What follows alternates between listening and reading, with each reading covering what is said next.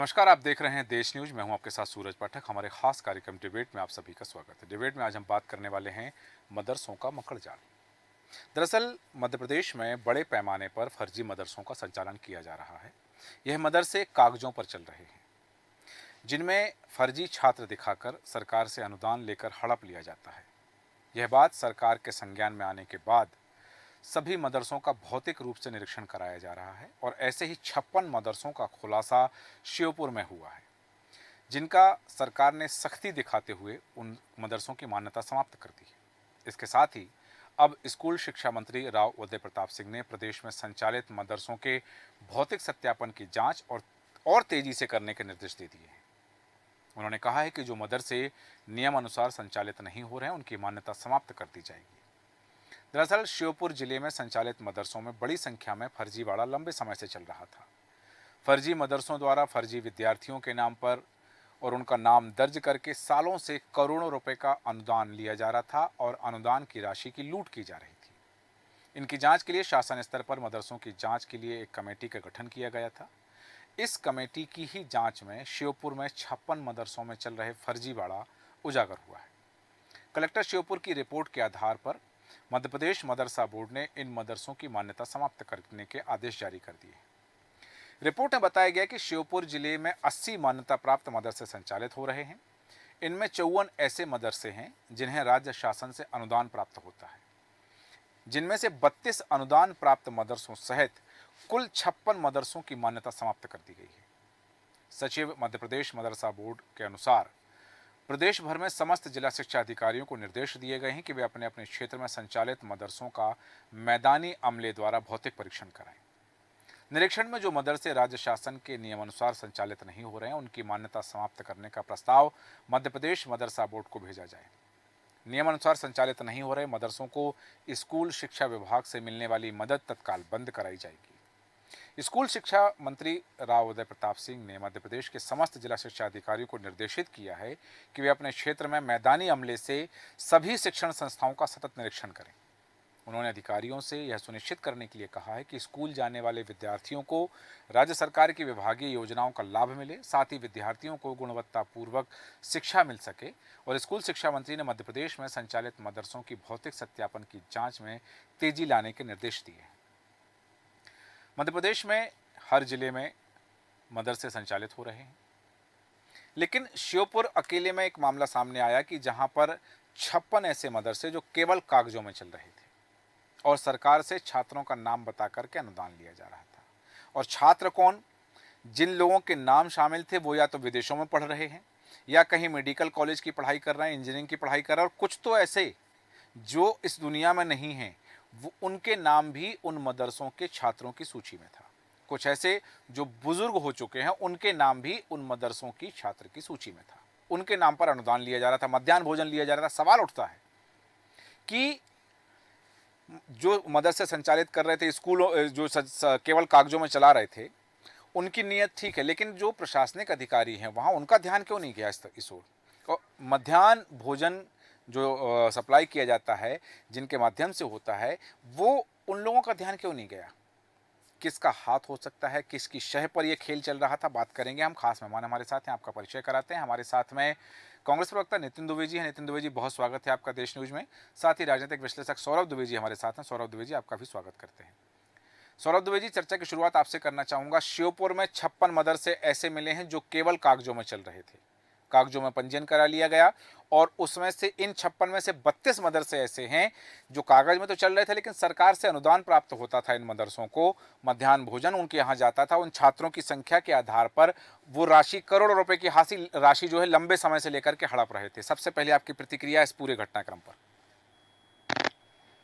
सूरज भाई, इसे दुर्भाग्यपूर्ण कहें या फिर हास्यास्पद कहें या फिर संवेदना व्यक्त करें या फिर मध्य प्रदेश सरकार को बधाई दें कि, कि ये मामले सामने आ गए, और अभी तो ये केवल एक जिला है, और बाकी जिलों का क्या हाल, उनकी पड़ताल कौन करेगा, ये बड़ा सवाल है। और ये ऐसी स्थिति नहीं है कि अभी किसी दूसरी पार्टी की सरकार हो। 5 साल पहले तो सरकार ये कहकर पल्ला झाड़ ले कि ये सब पुराने सरकार का किया धरा है। जी।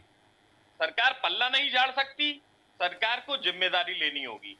लेकिन ये जो चींटी की रफ्तार से इतने दशकों बाद, सरकार एक ही पार्टी की रही, दशकों बाद ये मामला उजागर हुआ है, वो भी सिर्फ एक जिले में, तो अंदाजा लगाया जा सकता है कि कितना बड़ा व्यापक तौर पर जाल बुना हुआ है अनियमितताओं का, गड़बड़ियों का। और मामला केवल ये मदरसे का नहीं, ये तो वानगी भर है। हाँ। हमने देखा नर्सिंग कॉलेजेस के मामले में, वहां भी कागजों में कॉलेज चल रहे थे जी। लेकिन धरातल पर क्या था? कुछ भी नहीं था। अब ये सोचने और समझने की वाली बात है कि फिर भी ये गड़बड़ियां हो रही हैं, ये भ्रष्टाचार हो रहा है, ये अनियमितताएं हो रही हैं, सब सामने भी आ रही हैं।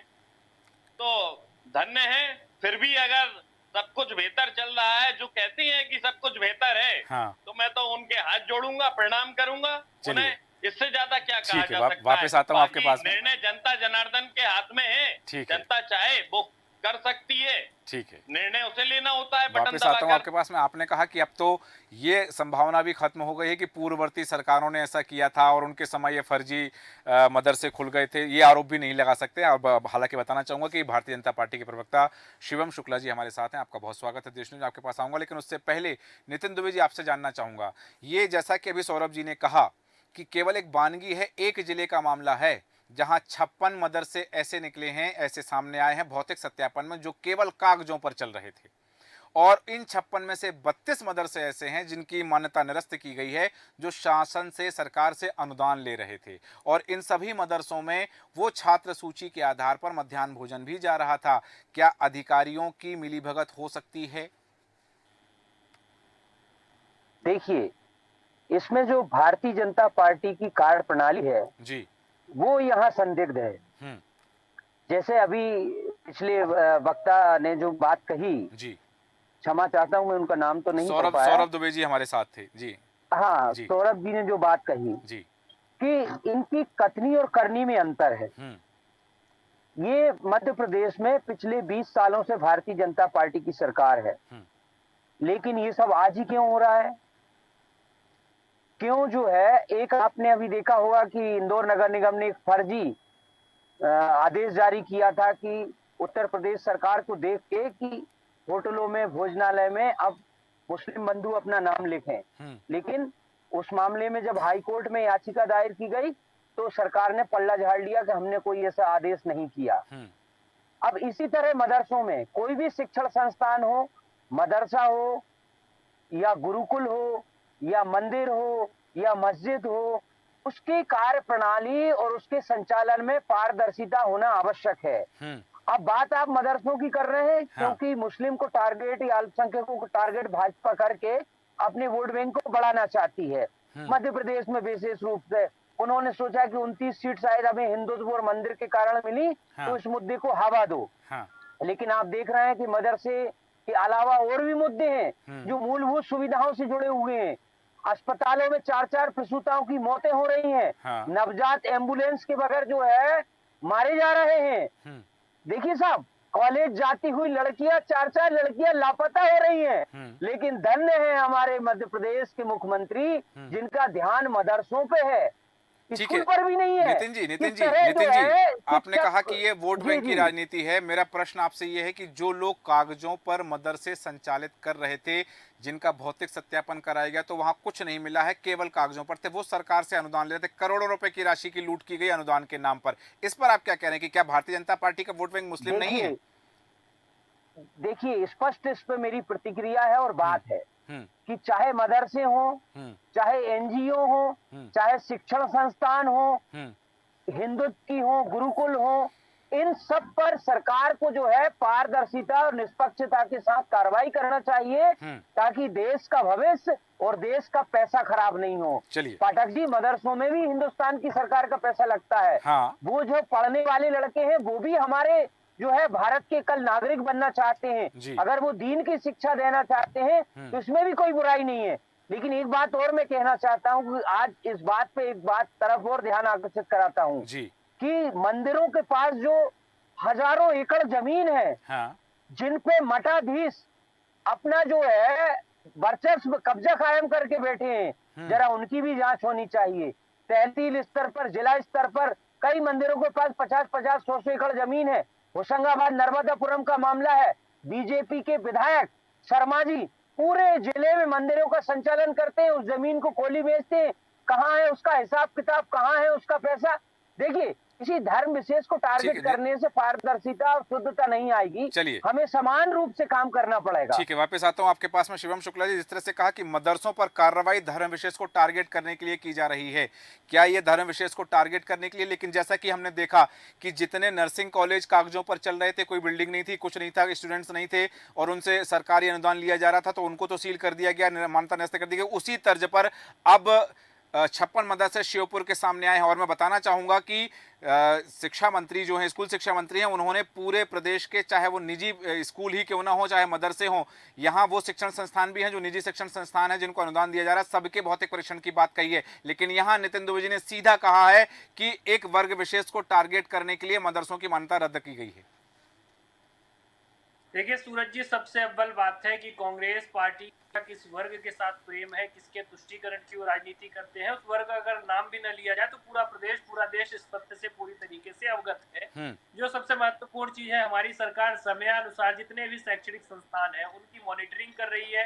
समय समय पर वहां पर जो एक तय मानक सरकार के द्वारा प्रावधान बनाए गए हैं उनका अनुपालन हो रहा है कि नहीं, वहां पर जो साइंटिफिक टेम्परामेंट के साथ शिक्षा देने की बात होती है उसको किया जा रहा है कि नहीं, इन तमाम चीजों का ध्यान हमारी सरकार दे रही है। तो स्वाभाविक तौर पर इसकी वजह से हो सकता है कि कांग्रेस के लोगों को अपना वोट बैंक कहीं ना कहीं छिटकता हुआ नजर आए, लेकिन मध्य प्रदेश के व्यापक जनसमूह के हितों के लिए प्रदेश की सरकार इस प्रकार के अभिनव कदम अपने जो है वो तत्काल प्रभाव से लगातार उठाती रहेगी। और हम पूरी तरीके से मध्य प्रदेश में सुनिश्चित करने जा रहे हैं कि किसी भी छात्र के भविष्य के साथ पाठक जी, मेरा एक सवाल है, आ रहा हूं आपके पास, आ रहा हूं। नितिन जी, आप अपना दो तीन महत्वपूर्ण जी बिंदु होते हैं। पहला, छात्रों को शिक्षा जो दी जा रही है वह गुणवत्तापूर्ण है, वहां पर जो शिक्षा में साइंटिफिक टेम्परामेंट, वैज्ञानिक चेतना की बात है उसका कोई मौजूद है अथवा नहीं है, छात्रों को कट्टरपंथ की शिक्षा तो नहीं दी जा रही है, इन तमाम चीजों का ध्यान दिया जाता है। शिवम जी, आपको रोकना चाह रहा हूँ, क्षमा चाहूंगा, आपको रोकना चाह रहा हूँ कि दरअसल बात शिक्षा की तो हो ही नहीं रही है।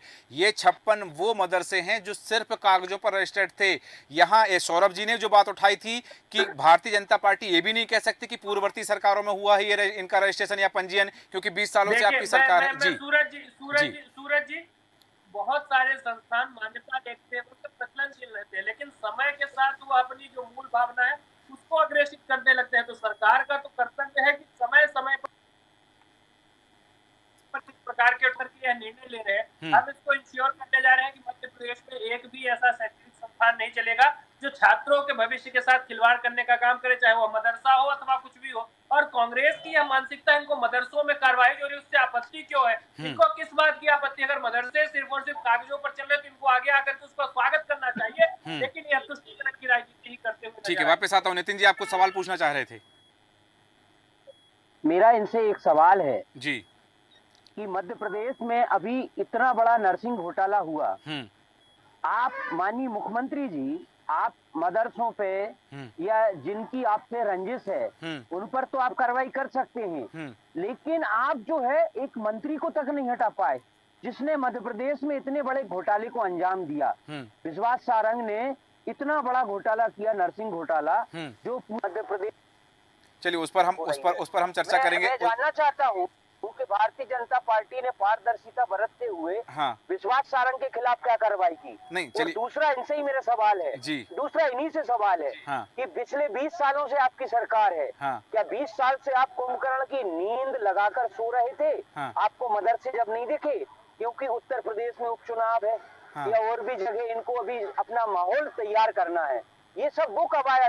20 साल में मोहन यादव को आज याद आया कि अवैध मदरसे संचालित थे, इनके नाम पे फंडिंग हो रही थी। आप तुरंत अधिकारियों को जो है उनके खिलाफ कार्रवाई करें, विभागीय मंत्री की जांच करें, उससे इस्तीफा लें कि आप काम क्यों नहीं कर रहे हैं, क्यों मंत्रालय में बैठ के और बंगलों पे कुर्सी तोड़ रहे हैं? भाई चलिए, ठीक है नितिन जी आपकी बात लेकर शिवम शुक्ला जी के पास जा रहा हूं। सवाल इसलिए लाजमी है कि क्योंकि वर्तमान में जो मुख्यमंत्री हैं ये कभी शिक्षा मंत्री भी रहे हैं और आज जो कार्रवाई की जा रही है वो वर्तमान शिक्षा मंत्री के निर्देशों पर की जा रही है। तो क्या उस समय संज्ञान में नहीं था जब मोहन यादव शिक्षा मंत्री हुआ करते थे? शिक्षा मंत्री हुआ करते देखिए थे। दो बातें हैं। सबसे पहली चीज, मोहन जी उच्च शिक्षा के मंत्री थे, हम्म, वह स्कूल शिक्षा का विभाग नहीं देखते थे। वर्तमान में यह विभाग इंदर सिंह परमार जी के पास है, हम्म, उच्च शिक्षा का, और हम्म, इंदर सिंह परमार जी तब स्कूल शिक्षा मंत्री हुआ करते थे। जी, दूसरा, हाँ, जो ये फैक्चुअल करेक्शन था। दूसरा, सरकार हमेशा समय समय पर इस प्रकार की कार्रवाई करती है। हम्म, जब मोहन जी मुख्यमंत्री थे तो हमने देखा तमाम कैथोलिक स्कूलों और इत्यादि पर जहां पर इस प्रकार की धर्मांतरण संबंधित गतिविधियां संचालित की जा रही थी, चाहे कोई भी मंत्री रहा हो, या सरकार समय समय पर करती हुई नजर आती है। हम्म, मोहन जी ने विश्वविद्यालयों में जिस प्रकार से परिवर्तन लाने का प्रयास किया था, एक सकारात्मक अपनी आध्यात्मिक चेतना को वहां पर हम्म, स्थापित करने का प्रयास किया था, वह पूरे प्रदेश के प्रकाश में है, जो सबसे महत्वपूर्ण चीज है। आज अगर कार्रवाई हो रही है तो सरकार के पास, प्रशासन के पास यह स्वायत्तता है कि वह समय समय पर कार्रवाई करते रहे। मान नितिन लीजिए नितिन जी आज का कोई कहना है कि उपचुनाव आ रहे हैं उत्तर प्रदेश में, इसलिए ये कार्रवाई की जा रही है माहौल बनाने के लिए।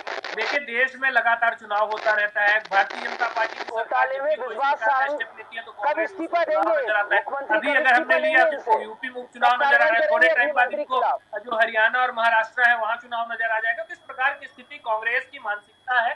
इसका जो मूल उद्देश्य है, यह अल्पसंख्यक वोट बैंक का इनके ऊपर दबाव है कि इस कार्रवाई को वह रुकवाने का प्रयास करें, और उनको तुष्ट करने के लिए वह इस प्रकार की बातचीत कर रहे हैं। बाकी हकीकत यह है कि मध्य प्रदेश की सरकार पूरी तरीके से निष्पक्षता के साथ अरे कार्रवाई भाई कर रही साहब, है। आप जिस शौक प्रकार से के अवैध नियोजन किए गए मदरसों, थे, अवैध आने वाले शिक्षण वक्त में भी हम संस्थानों मध्य पर प्रदेश में कार्रवाई ऐसे करें। किसी भी मेरा सवाल धर्मांध ये है संस्थान कि को जो चलने नहीं देंगे जो छात्रों के प्रदेश के भविष्य के साथ खिलवाड़ हजारों करे। युवाओं के भविष्य ठीक है, से खिलवाड़ कर चुका है, उस मंत्री के खिलाफ क्या कार्रवाई हो रही है? चलिए ये सवाल लेकर के जाऊंगा, लेकिन अभी सौरभ द्विवेदी जी आपके पास आना चाहूंगा कि वो मदरसे, वो 56 मदरसे जिनकी मान्यता रद्द कर दी गई है, और ये मदरसा बोर्ड के अध्यक्ष ने की है जब उनको वहाँ के जिला शिक्षा अधिकारी की रिपोर्ट मिली है। उन मदरसों में जिन जो छात्र सूची है, उन छात्रों के जो नाम हैं उसमें से कुछ लोग विदेशों में पढ़ रहे हैं, युवक युवतियाँ, कुछ नाम ऐसे हैं जो दूसरे मेडिकल कॉलेज, इंजीनियरिंग कॉलेज या वकालत कर रहे हैं, वहाँ पढ़ाई कर रहे हैं, कुछ बुजुर्ग हैं, कुछ की मृत्यु हो चुकी है। मेरा सवाल, ठीक है सरकारों की बात है, सियासीकरण की बात है, सबसे बड़ा सवाल ये है स्थानीय प्रशासन की जिम्मेदारी होती है कि वो समय समय पर भौतिक परीक्षण करे, वहाँ कितने, क्योंकि भाई यदि मध्याह्न भोजन जा रहा है, सरकार का अनुदान जा रहा है, इन 56 में से 32 ऐसे हैं जिन्हें करोड़ों रुपए की अनुदान राशि दी गई, जिसकी लूट की गई है, तो क्या स्थानीय प्रशासन की कभी जिम्मेदारी नहीं बनी? ठीक है, भारतीय जनता पार्टी का है कि वो कार्रवाई कर रही है, कांग्रेस का कहना है कि चुनाव का माहौल बनाए, लेकिन स्थानीय प्रशासन की भी तो जिम्मेदारी होती है, क्योंकि अभी भी मान्यता रद्द की गई है, और जिन 56 लोगों ने ये मदरसे रजिस्टर्ड करवाए थे, पंजीयन करवाया था, उन पर एफआईआर नहीं हुई अभी तक। सूरज भाई, हमारे देश में जो लोकतांत्रिक प्रक्रिया है, इस प्रक्रिया के अंतर्गत जिसकी सत्ता होती है, पहली जिम्मेदारी उसकी होती है। दूसरी बात, प्रशासन उसी तरह से काम करता है जिसकी सत्ता होती है। सरकार जो इशारा देती है, उसी इशारे पर प्रशासन को, अधिकारियों को, कर्मचारियों को काम करना पड़ता है। और सरकार से क्या इशारा मिला? केवल इच्छा शक्ति की बात है। हमने बहुत सारे मामले में देखा, एक पार्टी विशेष पर नहीं जाएंगे, यूपी में अगर सरकार ने मंशा अपना ली तो बहुत मामलों में सुधार हुआ है उत्तर प्रदेश में। मध्य प्रदेश में वैसा सुधार हमें देखने को नहीं मिला। शुक्ला जी हालांकि बहुत अच्छा बचाव कर रहे हैं, अपनी पार्टी की तरफ से अच्छे प्रवक्ता हैं, मैं उन्हें बधाई देता हूं, लेकिन उन्हें भी मालूम होगा कि जो रफ्तार है जांच पड़ताल की, या जो रफ्तार है, ये जो मामला अभी खुलने की बात आई है सामने, तो ये मामला पहले क्यों नहीं खुला, पहले सामने क्यों नहीं आया? क्योंकि अधिकारी का लचर रवैया रहा। अब लचर रवैया क्यों रहा? लचर रवैया इसलिए रहा क्योंकि ऊपर से सख्ती नहीं की गई। जो सरकार थी उसकी अगर मंशा होती, अधिकारियों को दिशा निर्देश दिए जाते, तो अधिकारियों का लचर रवैया ना होता। क्योंकि अधिकारी और कर्मचारियों को तो काम करना है, चाहे सत्ता किसी की भी हो, उन्हें अपनी नौकरी करनी है ना। लेकिन अगर आपकी सरकार रही तो आपकी जिम्मेदारी बनती थी कि आप इस तरह के मामलों को पड़ताल करें, अगर उन्हें अनुदान मिल रहा है तो वो अनुदान योग्य है या नहीं है। और सबसे बड़ी सवाल तो ये है कि इन्हें अनुदान की जरूरत क्यों? किसने कहा इनसे कि इस प्रकार से आप मदरसा चलाइए? सरकार को स्कूल अगर बेहतर करने हैं तो स्कूल बेहतर किए जाए ना। बहुत सारे मामले हैं इस तरह के, कोर्ट में गए और उनके भी अलग अलग निर्णय आए हैं जी। मैं बहुत ज्यादा विस्तार में नहीं जाना चाहूंगा। और धर्मस्व विभाग जिस तरह से हमारी सरकार ने बनाया है, तो इस पे भी ये दो तरफा मामला है। दो तरफा ऐसा कि एक तरफ यही सरकार और यही राजनीतिक पार्टियां अदालत में जब जाती हैं तो वहां ये कहती हैं कि हम किसी को धर्म के आधार पर सहयोग नहीं कर सकते क्योंकि ये भारतीय संविधान के अनुकूल नहीं है। और दूसरी तरफ धर्मस्व विभाग भी बन जाता है। तो ये इस तरह के विभाग की मुझे ये लगता है कि कहीं कोई जरूरत नहीं, जो भी अनुदान दिया जाए उसमें धर्म कहीं कोई आधार ना हो। बिल्कुल, आपने सही कहा कि यहाँ दो तरह की बातें सामने आती है। शिवम शुक्ला जी, सबसे पहले तो जो सवाल खड़े किए हैं सौरभ जी ने कि दो तरह की बातें, इच्छा शक्ति की बात होती है, मंशा की बात है, उसका उत्तर दीजिए। दूसरा मेरा एक प्रश्न है कि एक जिले के जिला शिक्षा अधिकारी ने निरीक्षण किया, एक जिले में 56 मदरसे सिर्फ कागजों पर चलते पाए गए, बाकी 55 जिले मध्य प्रदेश के, वहाँ क्या हाल होंगे यदि इस पूरे मध्य प्रदेश के हर जिले का शिक्षा अधिकारी भौतिक परीक्षण करे? तो ये तो हजारों की संख्या में हो सकता है। तो सरकार की नाक के नीचे खेल कैसे चलता रहा? देखिए, सबसे अव्वल बात जो है, प्रदेश सरकार ने पूरे मध्य प्रदेश में इस प्रकार अनैतिक रूप से मदरसों का संचालन हो रहा है, इस प्रकार की गतिविधियां की जा रही हैं, तो ऐसे तमाम तत्वों को, ऐसे तमाम लोगों को आइडेंटिफाई किया जाए और उनके ऊपर कार्रवाई की जाए। और इसको हम इंश्योर कर रहे हैं, अगर आने वाले वक्त में भी ऐसा कोई विषय हमारे प्रकाश में आएगा, इस प्रकार की जानकारी आएगी, तो हम पूरी तरीके से इंश्योर करेंगे कि अन्य जगह पर भी कार्रवाई होती है। एक सतत चलने वाली प्रक्रिया है सूरज जी। मदरसों को वह जो कि कानून सम्मत तरीके से अगर कोई व्यक्ति खोलता है तो मैं उससे आपत्ति नहीं है। कोई व्यक्ति अगर अपने धार्मिक जो विस्तार है, उनकी जो हर धर्म में हमारा मानना है कि इस प्रकार के शैक्षणिक तत्व है जिनको छात्रों को अगर उस धर्म के छात्र ग्रहण करते हैं तो कोई आपत्ति नहीं, लेकिन अगर उसमें धर्मांध तरीके से छात्रों की साइंटिफिक टेम्परामेंट को हिंडर किया जाए, अन्य वर्ग के छात्रों को कन्वर्जन के लिए प्रेरित किया जाए, जो छात्रों का एक सामान्य सा तो एक इंफ्रास्ट्रक्चर का वो होना चाहिए, को करिकुलर एक्टिविटीज के लिए जिस प्रकार का सेटअप होना चाहिए, वह तमाम चीजें अगर किसी शैक्षणिक संस्थान में मिसिंग है तो हम उसको इंश्योर करेंगे और पूरी तरीके से यह कार्रवाई बिना किसी भय, अनुराग, द्वेष, पक्षपात इत्यादि के आने वाले वक्त में भी चालू रहेगी। ठीक है, वापस आता हूँ आपके पास में। नितिन दुबे जी, जो बात अभी शिवम शुक्ला जी ने कही कि निष्पक्ष रूप से कार्रवाई करेंगे, लेकिन यहाँ जैसा आपने पहले कहा कि एक वर्ग विशेष टारगेट किया जा रहा है, इससे पहले एक रिपोर्ट और आई थी और ये रिपोर्ट जो है जारी की गई थी बाल आयोग के, राष्ट्रीय बाल आयोग के अध्यक्ष के द्वारा जारी की गई थी और उन्होंने कहा था, प्रियंका कानूनगो ने कहा था कि मध्य प्रदेश के मदरसों में हजारों हिंदू बच्चे भी पढ़ रहे हैं। अब ये मदरसे वो जो जिनका जो कागजों में चल रहे हैं, जो अवैध तरीके से अनुदान ले रहे हैं, यहाँ यदि जैसा कि अभी शिवम शुक्ला जी ने कहा कि वैधानिक रूप से कार्रवाई की जाएगी बिना पक्षपात किए, यदि मध्य प्रदेश में इस तरह से गैर कानूनी रूप से वो पंजीयन करा लिया जाता है बिना दस्तावेजों के और बिना भौतिक परीक्षण के, यदि वहाँ पंजीयन होता है और ऐसे मदरसों को यदि अनुदान मिल रहा है और उन पर कार्रवाई होती है, उनका पंजीयन निरस्त किया जाता है, तो क्या विपक्ष सरकार के साथ खड़ा रहेगा? देखिए, खड़ा रहने की और खड़ा बैठने की कोई बात नहीं है। हम काहे को सरकार के साथ रहें जब सरकार दोगला पूर्ण नीति से काम करे। देखिए, मूलभूत सुविधाओं के लिए, जनता के लिए कोई योजना बनेगी तो बिल्कुल हम सरकार के साथ हों, किसी की भी सरकार है। लेकिन जहाँ द्वेषपूर्ण कार्रवाई होगी, जहाँ अपनों को बचाने का काम किया जाएगा, जहाँ खुद तो खाऊंगा दूसरों को नहीं खाने दूंगा, ये सूत्र चलेगा, वहां तो हम सड़क पे रहेंगे साहब इनके खिलाफ। और हमें देखिए, मदरसा को सुसंस्कृत बनाना, पारदर्शिता रखना, भ्रष्टाचार मुक्त रखना, ये सरकार का दायित्व है और ये करना चाहिए। विपक्ष इसको कहीं रोक नहीं रहा है। लेकिन आपने जैसे ही अभी कहा कि 55 जिलों में क्या हाल होगा और ये 20 साल से क्या कर रहे थे, सवाल नियत पर है। ठीक है, भाई ये कोई आज का घोटाला या आज के लोग तो नहीं थे। जब मोहन यादव भी शिक्षा मंत्री थे तो मतलब ये उनके ही कार्यकाल में हुआ है। जिसके कार्यकाल में इतना बड़ा घोटाला हुआ हो और वो प्रदेश का मुखिया बन जाए, जिसके मुख्यमंत्री काल में इतने घोटाले हो, वो केंद्र है। आप चलिए ठीक है, आपने कहा कि यदि कार्रवाई भेदभावपूर्ण यदि होगी तो विपक्ष सरकार के खिलाफ खड़ा होगा, सरकार के साथ खड़े नहीं होगा। लेकिन यहाँ बात ये भी हो रही है कि कार्रवाई निष्पक्ष रूप से करे, शिवम शुक्ला जी ने कहा है। लेकिन जिस तरह से मदरसों की बात सामने आ रही है कि मदरसों को लेकर के मध्य प्रदेश में हमेशा सवाल खड़े होते रहे। जब मध्य प्रदेश विधानसभा का बजट सत्र चल रहा था तब भी वहाँ विधायकों ने मदरसों को बंद करने की बात कही। भारतीय जनता पार्टी के विधायकों ने खुलकर विरोध किया कि मध्य प्रदेश में मदरसे बंद हो जाना चाहिए। हालांकि बिंदु और हैं जिन पर हम चर्चा कर सकते हैं, पर समय अनुमति नहीं देता। चर्चा को विराम देंगे। शिवम शुक्ला जी, नितिन दुबे जी, सौरभ दुबे जी, आप सभी का धन्यवाद चर्चा में शामिल होने के लिए। बात हो रही है मदरसों के मकड़ जाल की। 56 मदरसे एक जिले में ऐसे मिले हैं जो केवल कागजों पर चल रहे थे, और इन 56 में से 32 मदरसों को सरकारी अनुदान मिल रहा था। सरकार उन्हें अनुदान दे रही थी। वहां छात्रों की सूची में जो तथ्य सामने आए वो चौंकाने वाले तथ्य सामने आए हैं। अब शिक्षा मंत्री ने स्पष्ट कर दिया है कि हर जिले में जिला शिक्षा अधिकारी जो हैं वो भौतिक परीक्षण करें, चाहे वो मदरसे हों या निजी शिक्षण संस्थान ही क्यों ना हो। निजी शिक्षण संस्थान भी ऐसे, क्योंकि वहाँ भी मध्याह्न भोजन छात्रों की संख्या के आधार पर दिया जाता है। तो ऐसी स्थिति में यदि वेरिफिकेशन होता है, फिजिकल वेरिफिकेशन होता है, तो कितने आंकड़े हमारे सामने आ सकते हैं ये केवल हम कल्पना कर सकते हैं। जब एक जिले में इतने आंकड़े हमारे सामने कि 56 मदरसे कागजों में चल रहे थे, तब देखना दिलचस्प होगा कि जब सभी जिलों की रिपोर्ट आएगी सरकार के पास, तब वो आंकड़े क्या कहते हैं। हमारे आज के खास कार्यक्रम में इतना ही। बने रहें देश न्यूज के साथ। नमस्कार।